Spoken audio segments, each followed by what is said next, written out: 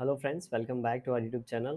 अभी हम लोग यहाँ पे एशियन पेंट्स लिमिटेड के एनालिसिस करेंगे और इस एनालिसिस में हम लोग देखेंगे कल के दिन में 14 अक्टूबर को ये अपने कौन से इंपॉर्टेंट लेवल्स एंड टारगेट हम लोग को दिखा सकता है, इसका प्राइस एक्शन पैटर्न किस तरीके से रहने वाला है।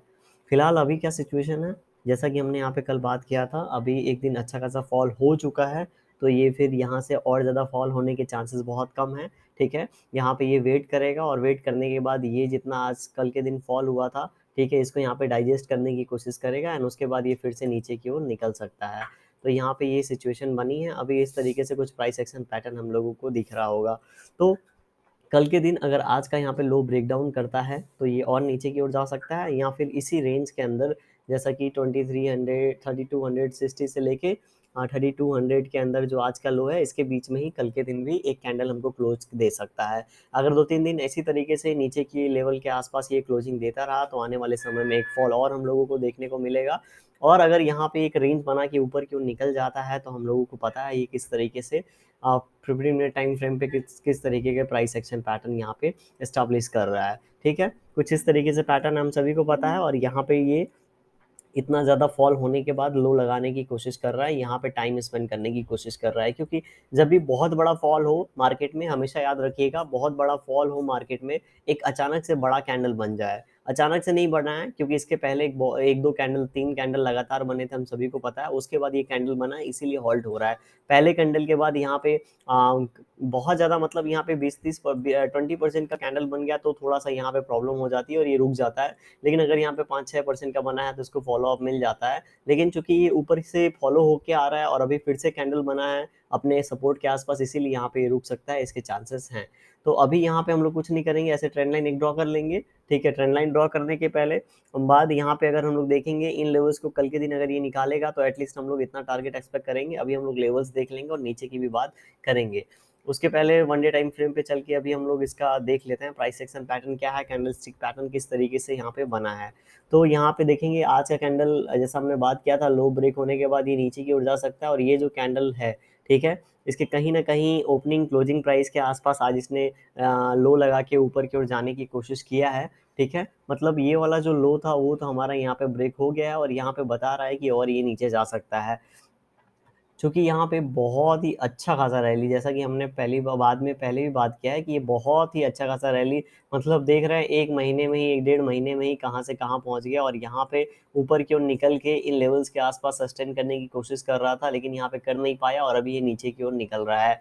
इस चैनल पैटर्न में ये नीचे वाले लेवल्स के आसपास ट्रेड कर रहा है। तो एक बात आप हमेशा याद रखिएगा, जिस तरीके से यहाँ पे प्राइस एक्शन पैटर्न बना है, अगर यहाँ पे एक ग्रीन कैंडल बन जाता है जो कि पिछले कैंडल को, ठीक है, पूरी बात सुनिएगा, जो कि पिछले कैंडल को यहाँ पे इनगल्फ कर लेता है, तो इसी कैंडल का एसएल लगा के यहाँ पे हम लोग पोजीशन बना सकते हैं ऊपर वाले लेवल के लिए। मैं इस टारगेट के लिए नहीं बात कर रहा हूँ, मैं 3500 टारगेट की बात कर रहा हूँ, 3600 टारगेट की बात कर रहा हूँ। ठीक है, यहाँ पे एसएल छोटा होगा, ठीक है, और यहाँ पे प्रॉफिट बड़ा होगा। अगर आपको लगता है 1:1 मिलने के बाद आप डर रहे हैं तो आप क्वांटिटी निकाल दीजिए, मैक्सिमम क्वांटिटी, और जितना होल्ड कर सकते हैं उतना होल्ड करिए। लेकिन अगर आपको रिस्क उतना ही लेना है, जैसे आप 1000 का रिस्क ले रहे हैं और मैं आपको इस शेयर के बारे में बता रहा हूँ, तो आपको सोच समझ के कोई भी रिस्क लेना चाहिए, क्योंकि ये मेरी एनालिसिस है, मैं कैसे इसको हैंडल करने वाला हूँ मुझे पता है, आपको नहीं पता है। तो इसीलिए आपको अपनी एनालिसिस एक बार जरूर करनी चाहिए कोई भी किसी भी शेयर में निवेश करने के पहले। ठीक है, तो इस तरीके से मेरी स्ट्रेटेजी रहेगी। अगर यहाँ पे ग्रीन कैंडल बन जाता है,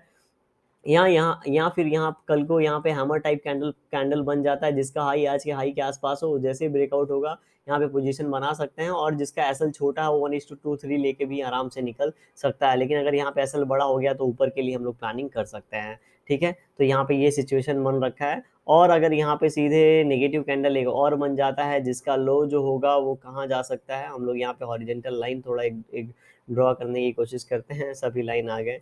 ठीक है, ये लेवल हम लोग यहाँ पे देख लेते हैं। तो ये लेवल है अराउंड 3180 के आसपास, 3175 के आसपास। तो ये लेवल याद रखिएगा, 3175 के आसपास अगर कोई यहाँ पे ऊपर की ओर हलचल दिखे, ठीक है, प्राइस एक्शन बनता हुआ दिखे, तो हम लोग ऊपर के लिए इसको मतलब सोच नहीं सकते, यहाँ से ये रुक सकता है। इन्हीं लेवल्स के आसपास ये फिर से थोड़ा सा होल्ड कर सकता है, उसके बाद एक बार यहाँ पे पुल बैक मिले और ये जो लेवल थे जो ब्रेक किया है, यहाँ से इसको रेजिस्टेंस मिले तो क्या है कि जैसे सेलर्स ने ट्राई किया और यहाँ पे बायर्स ने भी ट्राई कर लिया, लेकिन जब बायर्स फेल होते हैं तो तेजी से नीचे जाता है, क्योंकि बायर्स जब यहाँ पे ट्राई करेंगे उनका एसएल जो होगा ये लो होगा, ठीक है। लेकिन जब बायर्स फेल होंगे और उनका जब एसएल हिट होगा तो ये तेजी से नीचे आएगा, और 3100 जैसा कि हमने कल डिस्कस किया था, ये लेवल्स हम लोग को यहाँ पे दिखा सकता है।